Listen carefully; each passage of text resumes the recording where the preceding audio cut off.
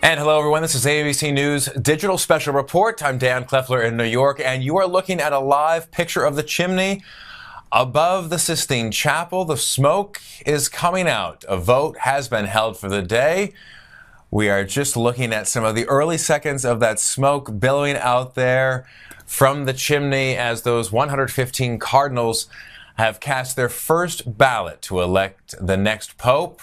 Rain in the Vatican tonight, along with some evening light, sometimes making it somewhat difficult to tell. But at that point, it does look like it could potentially be a safe call that it is black smoke. Of course, everyone hedging very carefully because oftentimes, because it is dark out, because it has been raining, it is difficult to tell exactly the color of the smoke. But it appears, though, unless it's going to lighten up in the next couple of seconds, it appears that it will be black smoke, for which indication that no pontiff has been declared. I want to bring in Father Matt Malone, who is joining us now to give us some insight on this. And Father Malone, you had, as so many people had decided earlier on today, that it wasn't likely that we were going to have a decision.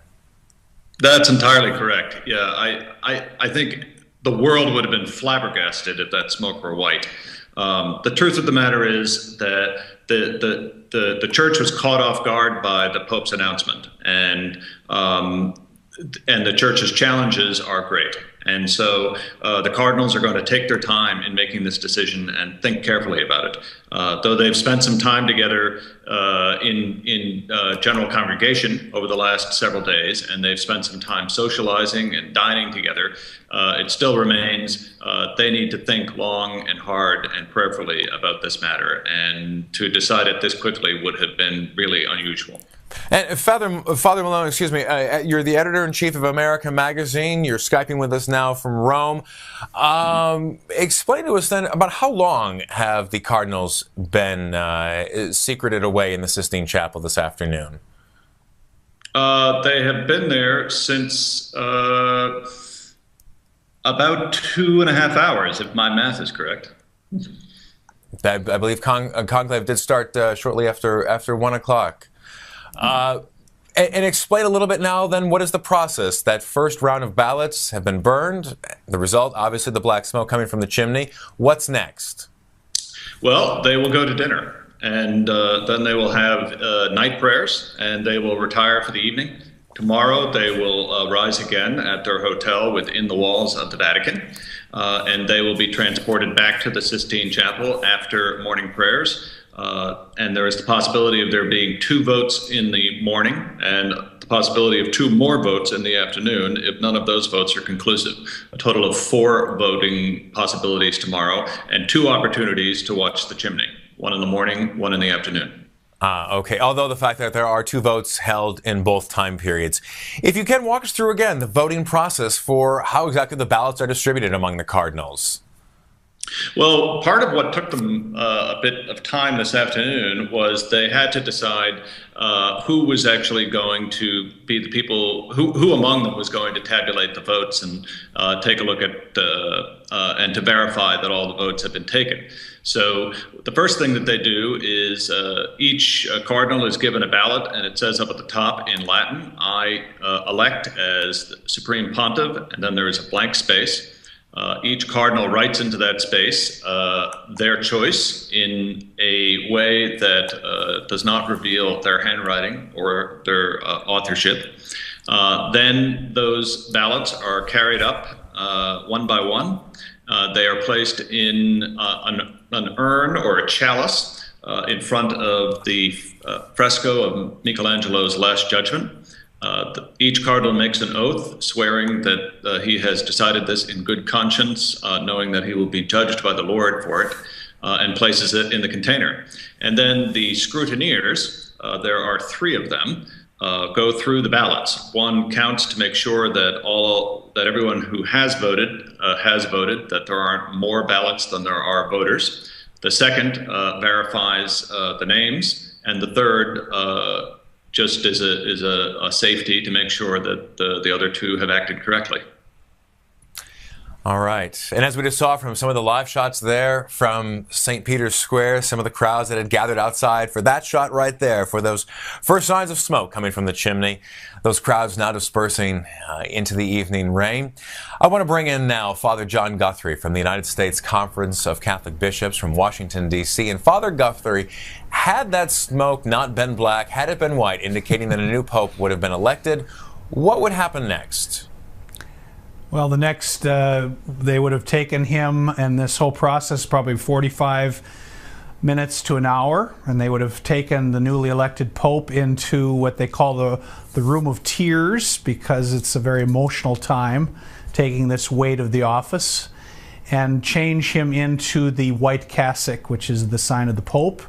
And then after, bring him back into the Sistine Chapel, where all the cardinals would come to congratulate him and to ask his blessing, and then he would be taken out into the front of the church in the loggia there, the front, right over the main gate of St. Peter's, and the senior Cardinal Dean will come out and will announce Annuncio Gaudium Vobis, Gaudium Magnum. We have a Pope, Habemus Papam, and then he will name the name.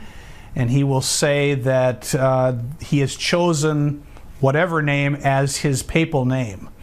So, but that takes a while, and it's interesting to note, Dan, that I noticed that smoke was very black. They've gotten very good at apparently showing that, but they've had some problems in the past because sometimes the smoke is white and it looks too dark. So Pope John Paul made a little change that if it is white smoke and they're kind of wondering, the bells of the basilica, all of them will start to ring. And so there's that very tense moment where you're looking up at the chimney, you're wondering, is that white or is that black? And then the cameras turn to the bells. And all of a sudden you see the first movement of the bell, and you know, indeed, that's white smoke. And in 45 minutes or so, the new pope will be announced and to the world and to greet the world. So it's quite a dramatic thing, but I think that's a great change, so that there's no doubt if it's white smoke, you're going to hear the bells too. Father Guthrie, I'm very happy that you pointed that out, because in the news business, oftentimes there is a race to be the first, and in this case, there is a race to be accurate, which means that we will sometimes have to hold off on making any kind of declaration until we hear those bells and until, in fact, that smoke is white. You mentioned a little bit about the process if, in fact, a new pontiff was elected today, and I wonder if you could explain a little bit about the significance of the Room of Tears that is just off the Sistine Chapel. Well, in there are, it's not a large room, but he goes in there with a couple attendants, and he changes in there. And there are 3 different cassocks. Well, you can see there's actually more than 3. They usually have and traditionally had 3, and they're different sizes. One for a smaller man. I guess there are 3 there. One for a larger man and one for a middle-sized man. So he's able to somewhat, and then the tailors will come in obviously later and actually tailor to exact his exact measurements. So, yeah, but it's just to get through that first announcement, and so that. But it's more importantly than what's in that room, and you can see how small that is, just how emotional it is in there. I can't imagine the emotion of finding out that you're the one. And it must be certainly surreal, and I hope somewhat prayerful. It's one of the reasons why every Mass, every Catholic around the world names him by name in the Eucharistic prayer, because you can't do this job without a tremendous amount of spiritual backing. And so that's what we pray for now for all of them, actually. That's an interesting point, that room is so small and so intimate, and is probably the final moments before that man who will be elected the next pope will step out onto the world stage and his life forever changed.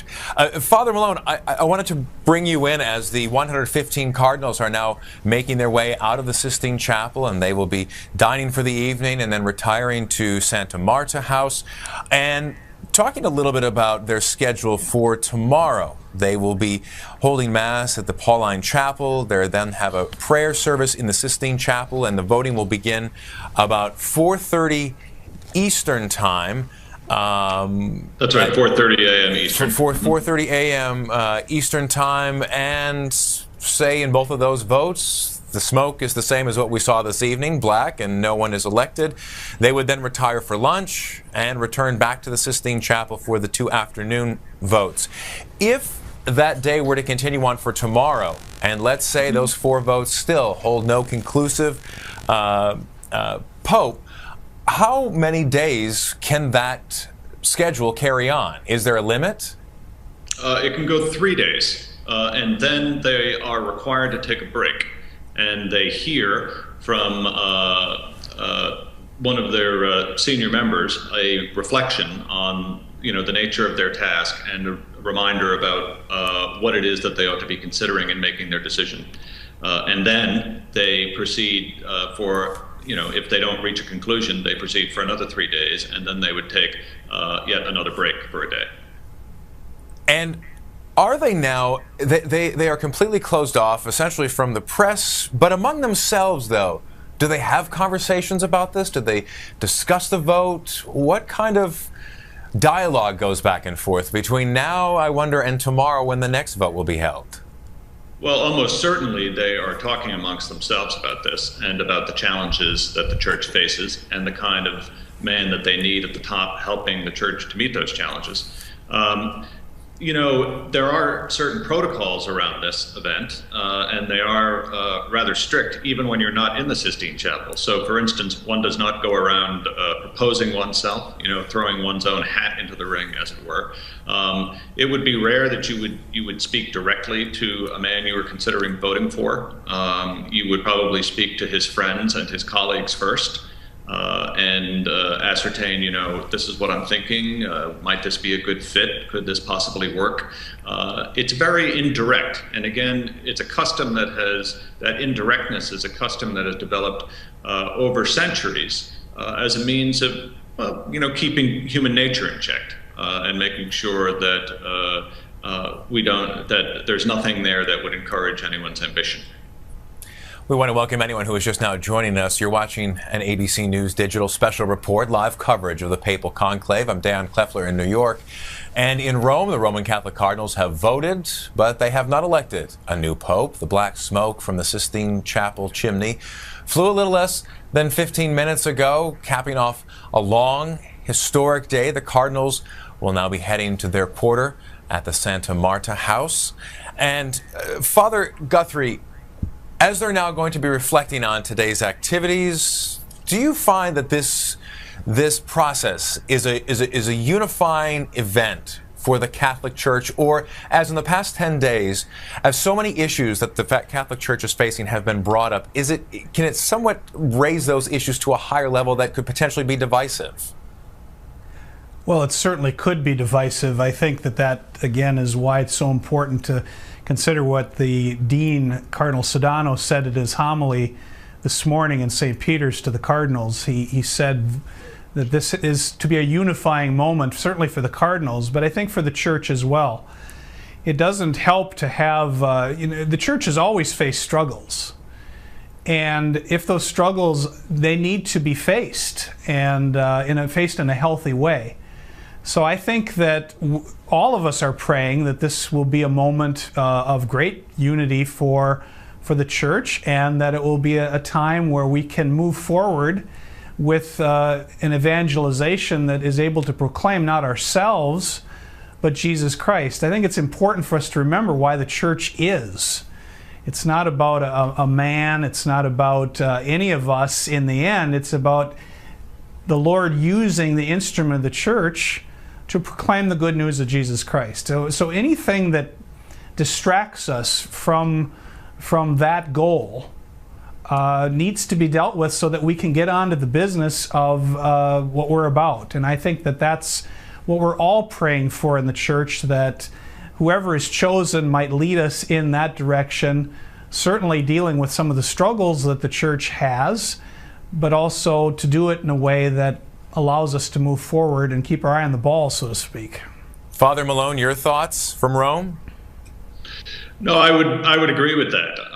I think we want to talk about this like it is an election, like any old election in a democracy. But first of all, the church isn't a democracy, strictly speaking. And we have to remember that the cardinals who are participating in this are not really conceiving of their work as engaging in an election. They think of it as engaging in a liturgy, and they think of their work as an act of prayer. And so that's why it can appear strange to the outside world that is used to watching a very different kind of election. And so I would agree with Father Guthrie that it's important to remember that this is a unique kind of experience, and it takes as its point of reference its faith in the Lord. Father Malone Skyping for us from Rome, and Father Guthrie in Washington, D.C. Gentlemen, thank you both for your time this afternoon. And the wait will now go into a second day. Voting for a new pope will continue tomorrow in the Vatican, and that is good news for a Catholic organization that has set up this. It is popealarm.com. The site takes your information. It promises e-notification, a text, a tweet, an email, however you choose when a new pope is selected. By yesterday, that service had become a little too popular, in fact, and had stopped taking clients. So the overwhelming excitement there. Of course, ABC News has no such limitations. Our whole team is watching that chimney for signs of white smoke, so keep an eye on abcnews.com, on your computer, on your smartphone, on your tablet, Twitter, and Facebook as well. We always have room and welcome you. So, from all of us here at ABC News, have a good afternoon.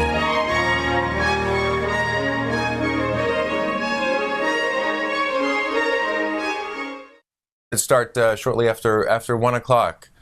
And explain a little bit now then, what is the process? That first round of ballots have been burned. The result, obviously, the black smoke coming from the chimney. What's next? Well, they will go to dinner. And then they will have night prayers, and they will retire for the evening. Tomorrow they will rise again at their hotel within the walls of the Vatican, and they will be transported back to the Sistine Chapel after morning prayers. And there is the possibility of there being 2 votes in the morning and the possibility of 2 more votes in the afternoon if none of those votes are... You had, as so many people had decided earlier on today, that it wasn't likely that we were going to have a decision. That's entirely correct. Yeah, I think the world would have been flabbergasted if that smoke were white. The truth of the matter is that the church was caught off guard by the Pope's announcement, and the church's challenges are great. And so the cardinals are going to take their time in making this decision and think carefully about it. Though they've spent some time together in general congregation over the last several days, and they've spent some time socializing.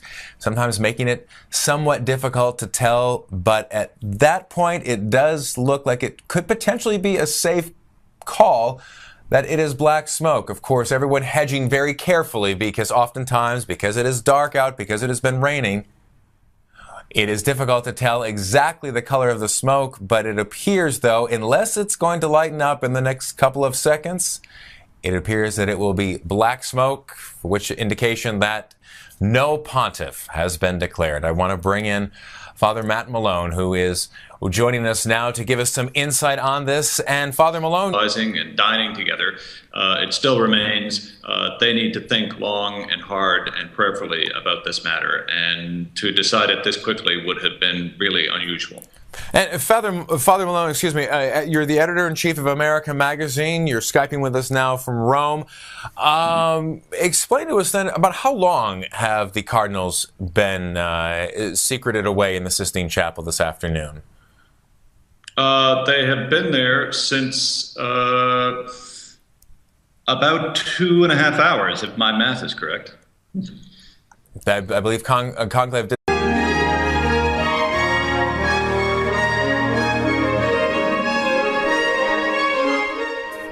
And hello, everyone. This is ABC News Digital Special Report. I'm Dan Kleffler in New York, and you are looking at a live picture of the chimney Above the Sistine Chapel, the smoke is coming out. A vote has been held for the day. We are just looking at some of the early seconds of that smoke billowing out there from the chimney as those 115 cardinals have cast their first ballot to elect the next pope. Rain in the Vatican tonight, along with some evening light.